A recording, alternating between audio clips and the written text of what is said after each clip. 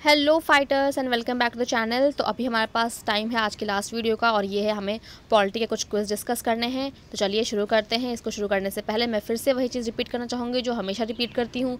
अगर अभी तक आपने शेड्यूल वाली वीडियो नहीं देखी है तो प्लीज़ उसको जाके देख लें मेरे चैनल पर। आपको बहुत ही पसंद आएगी, मुझे ऐसी उम्मीद है, क्योंकि मैंने उसमें बहुत ही अच्छे से लिखा है कि मैं कब क्या डिस्कस करने वाली हूँ। और मतलब अगर आप उसको देखोगे तो आपको समझ में आएगा आपको कैसे प्रिपरेशन करनी है और कैसे क्या इस चैनल के थ्रू कैसे आप प्रिपरेशन कर सकते हो बेसिकली।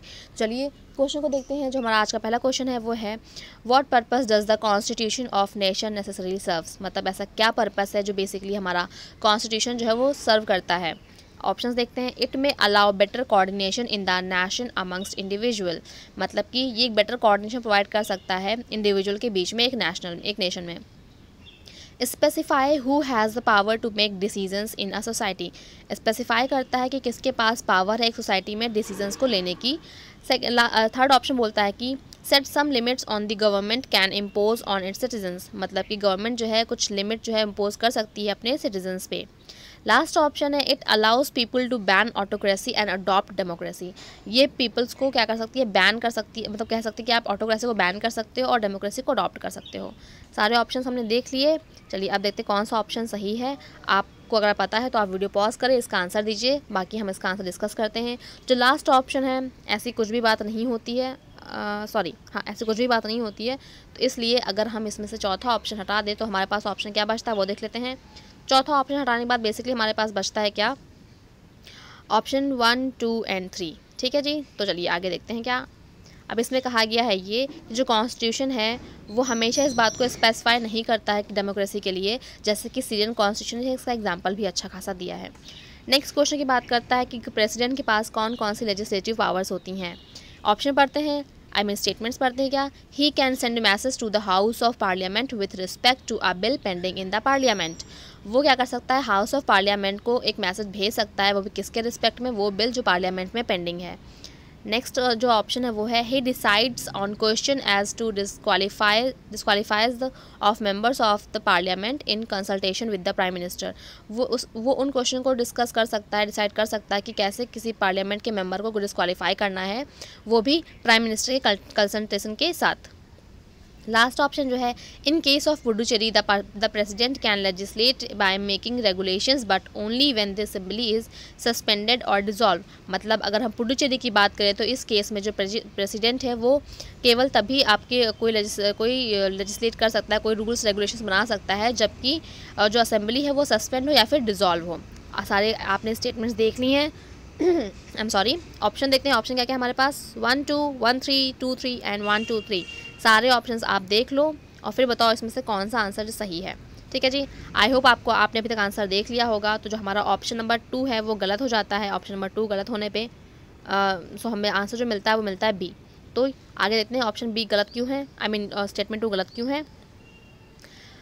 प्रेसिडेंट क्या करता है, वो उन क्वेश्चन को डिसाइड तो करता है जो डिस्क्वालीफाई के लिए, मतलब डिस्क्वालिफिकेशन के लिए बात तो करता है, किसके डिस्क्वालिफिकेशन के लिए, मेंबर ऑफ पार्लियामेंट के। लेकिन इसमें कंसल्टेशन होगा इलेक्शन कमीशन का, ना कि प्राइम मिनिस्टर का। ठीक है, इसलिए ये गलत था।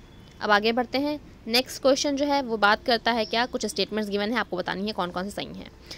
कहा गया है no demand for a grant can be made except on the recommendation of the president. मतलब कोई भी जो है डिमांड ऑफ ग्रांट जो है बनाई नहीं जा सकती जब तक कि उसमें प्रेसिडेंट की रिकमेंडेशन ना हो। Next statement president has the veto power over the bills passed by parliament. President के पास वीटो पावर है जो बिल्स पार्लियामेंट में पास होते हैं उनके ऊपर। President does not have the veto power with respect to state legislation. President के पास स्टेट लेजिस्लेशन के रिस्पेक्ट में कोई भी वीटो पावर नहीं होती है। सारे स्टेटमेंट्स हमने देख लिए हैं, ऑप्शन आपके सामने हैं 1 ओनली, 1, 2, 2, 3 एंड 1, 3। स्टेटमेंट्स देख लिए हैं आपने, ऑप्शन देख लिए हैं। अगर आपको आंसर पता है तो वीडियो पॉज कीजिए और आंसर दीजिए, बाकी हम आंसर डिस्कस करते हैं। जो स्टेटमेंट नंबर 3 है वो पूरी तरह से गलत है और उसको हटाने के बाद हमारे पास ऑप्शन सी और डी तो हट जाता है, बट ऑप्शन ए और बी बचता है। तो ऑप्शन ए और बी में तो 1 कॉमन है, मतलब 1 स्टेटमेंट बिल्कुल सही है। सेकंड स्टेटमेंट बात की गई है क्या प्रेसिडेंट के पास वीटो पावर होती है उन बिल्स में जो पार्लियामेंट में पास होते हैं, तो जी हाँ बिल्कुल होती है वीटो पावर। तो स्टेटमेंट 2 सही है, तो हमारा राइट ऑप्शन है ऑप्शन नंबर बी। ठीक है जी। पार्लियामेंट के पास प्रेसिडेंट के पास वीटो पावर होती है उन बिल्स के लिए जो पार्लियामेंट में पास होते हैं, और उनको क्या कर सकता है, विथहोल्ड भी कर सकता है बिल को असेंट देने के लिए। वहीं पे जो प्रेसिडेंट है उसके पास ऐसी पावर स्टेट लेजिस्लेशन के लिए भी होती है। चलिए अब आज का देखते हैं हम नेक्स्ट क्वेश्चन। कोई और रह गया क्या नीचे? अरे हाँ, नीचे क्वेश्चन रह गया था। नीचे क्वेश्चन है क्या, सेक्रेटरी ऑफ पंचायत के बारे में पूछा गया है।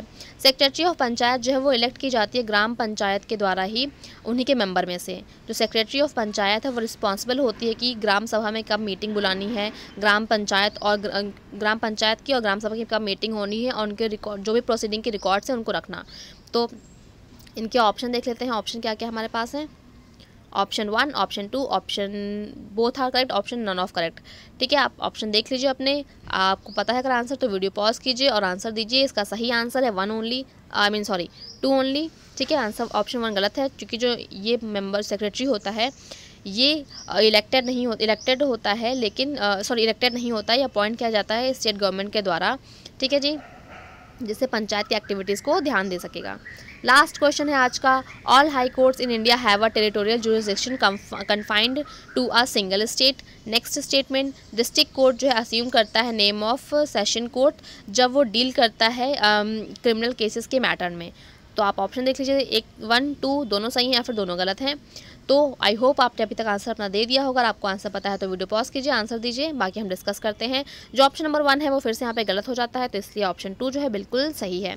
टेरिटोरियल जो यूनियन टेरिटोरियल जुरिसडिक्शन होता है वो किसके तहत आता है, अलग अलग स्टेट कोर्ट के तहत आता है।